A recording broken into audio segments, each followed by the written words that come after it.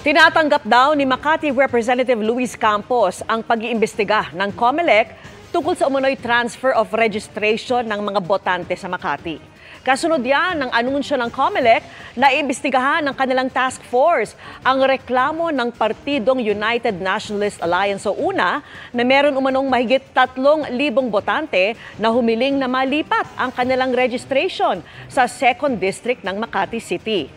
Ang una ay partidong kinabibilangan ni Senator Nancy Binay na tatakbong mayor ng Makati.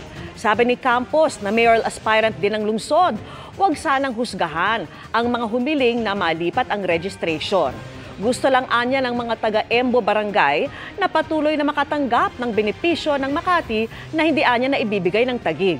Wala rin daw dapat maging issue hanggat sumusunod sila sa batas at mga panuntunan ng COMELEC.